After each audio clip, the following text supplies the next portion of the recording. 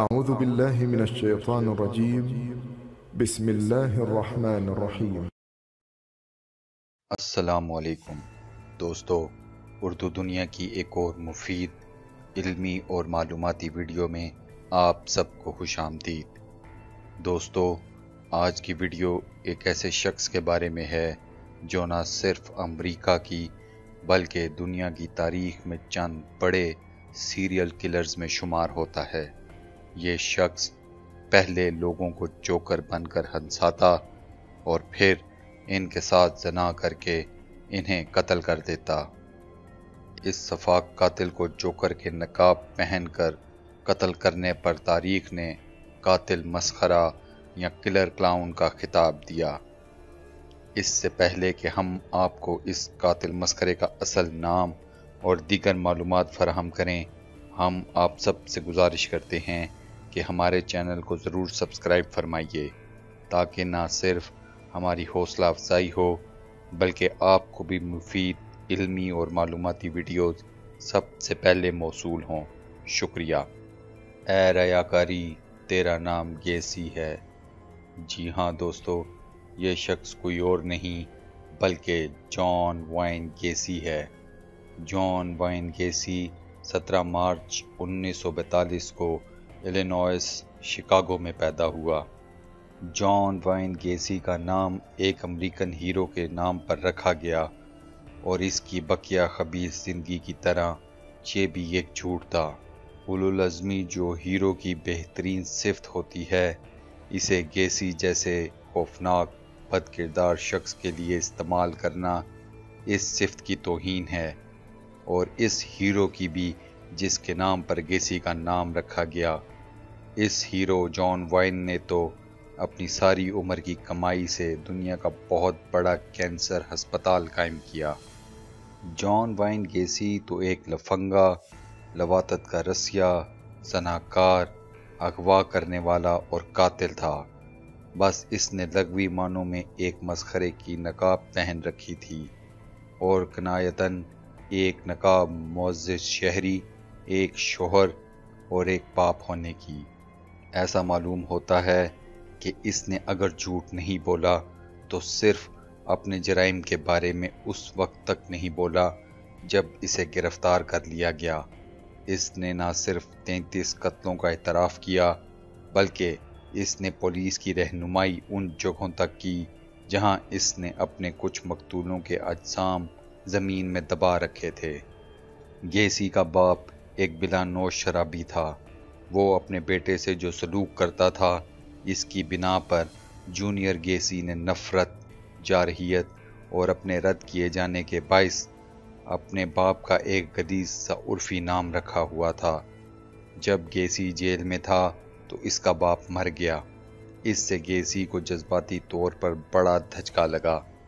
بے شک ان کے تعلقات کبھی بھی خوشگوار نہیں رہے تھے، لیکن گیسی کو امید تھی کہ اپنے دور بلوغت میں وہ اپنے باپ سے بہتر تعلقات پیدا کرنے میں کامیاب ہو جائے گا، لیکن بلوغت کا فساد اسے جیل میں لے گیا تھا اور وہ اپنے باپ کے آخری وقت میں بھی اس کے پاس نہ ہو سکا۔ دیگر سلسلہ وار قاتلوں کی نسبت گیسی تنہائی کا شکار نہ تھا۔ اس کے کردار کا خاکہ بھی اپنی قاتل برادری سے بہتر تھا۔ کسی نے بھی اس کی گرفتاری اور اس کے جرائم منظر عام پر آنے کے بعد بھی یہ نہیں کہا کہ وہ الگ تھلگ رہنے والا شخص تھا۔ واقعی وہ ایک مختلف قسم کا شخص تھا۔ اپنے ابتدائی شباب میں وہ بوائے اسکاؤٹس تھا۔ ان ایام میں اس نے کئی سماجی اور خیراتی تنظیموں میں کام کیا۔ وہ اپنے ہم عمروں میں ایک قابل اعتماد محنتی کارکن مشہور تھا۔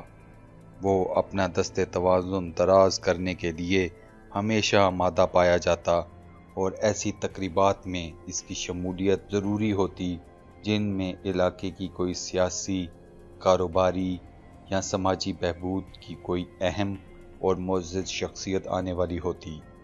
وہ سب اس کی اصلیت سے متعلق کچھ نہ جانتے تھے۔ ریاست الینوائس میں اسپرنگ فیلڈ کے مقام پر گیسی کی ملاقات میری لن میئر سے ہوئی اور اس سے گیسی نے پہلی شادی کی۔ وہ چی روہو کلب کی ممبر سازی کی چیئرمین اور کیتھولک انٹر کلب کونسل کے بورڈ کی ممبر تھی۔ گیسی کی پرورش بھی کیتھولک معاشرے میں ہوئی تھی۔ وہ الینوائس فیڈرل سول ڈیفنس میں رضاکار رہا، شکاگو کے محکمہ سول ڈیفنس میں کمانڈنگ کیپٹن رہا، ہولی نیم سوسائٹی میں افسر اور پھر اس کا صدر رہا۔ مقامی جیسیز نے اسے مین آف دی ایئر قرار دیا۔ بعد میں جب شکاگو میں رہتا تھا تو تب وہاں وہ ڈیموکریٹک پارٹی کا رضاکار تھا اور پوگو نامی مسخرے کے روپ میں ہسپتالوں اور دعوتوں میں بچوں کو ہنسا کر لوٹ پوٹ کر دیتا۔ 1972 سے لے کر اپنی گرفتاری کے سال 1978 تک جان وائن گیسی نے 33 نوجوانوں کو اغوا کیا، انہیں نشہ آور ادویات کھلائیں، ان سے خلاف وضع فطری فعال کیا، انہیں اذیتیں دی اور پھر ان کو قتل کر دیا۔ ان کے مردہ اجسام کو اس نے اپنے گھر کے نیچے اور گرد و نواح کی خالی جگہوں پر دبا دیا، چند کو اس نے دریا میں بھی پھینکا۔ ضمیر کی خلش کی عدم موجودگی کے علاوہ اس کی اقبال جرم کے چونکا دینے والی شہادت کے پیش نظر عدالت اور جیوری کا کام آسان ہو گیا اور اسے 11 مارچ 1980 کو 33 قتلوں کا مجرم قرار دیتے ہوئے سزائے موت سنائی گئی۔ ریاست الینوائس کو اس کی سزا پر عمل درآمد کرنے میں 14 سال لگ گئے۔ اسے 10 مئی 1998 کو زہریلا انجیکشن لگا کر ریاستی جیل میں کیفر کردار کو پہنچایا گیا۔ 1968 میں اس کی عمر 24 سال تھی جب اس نے ایک معصوم لڑکے کے ساتھ لواطت کا جرم کیا اور 10 سال قید کی سزا پائی، جبکہ اچھے اخلاق اور نمونے کا کردار ادا کرنے کی وجہ سے اسے 18 ماہ بعد رہائی مل گئی۔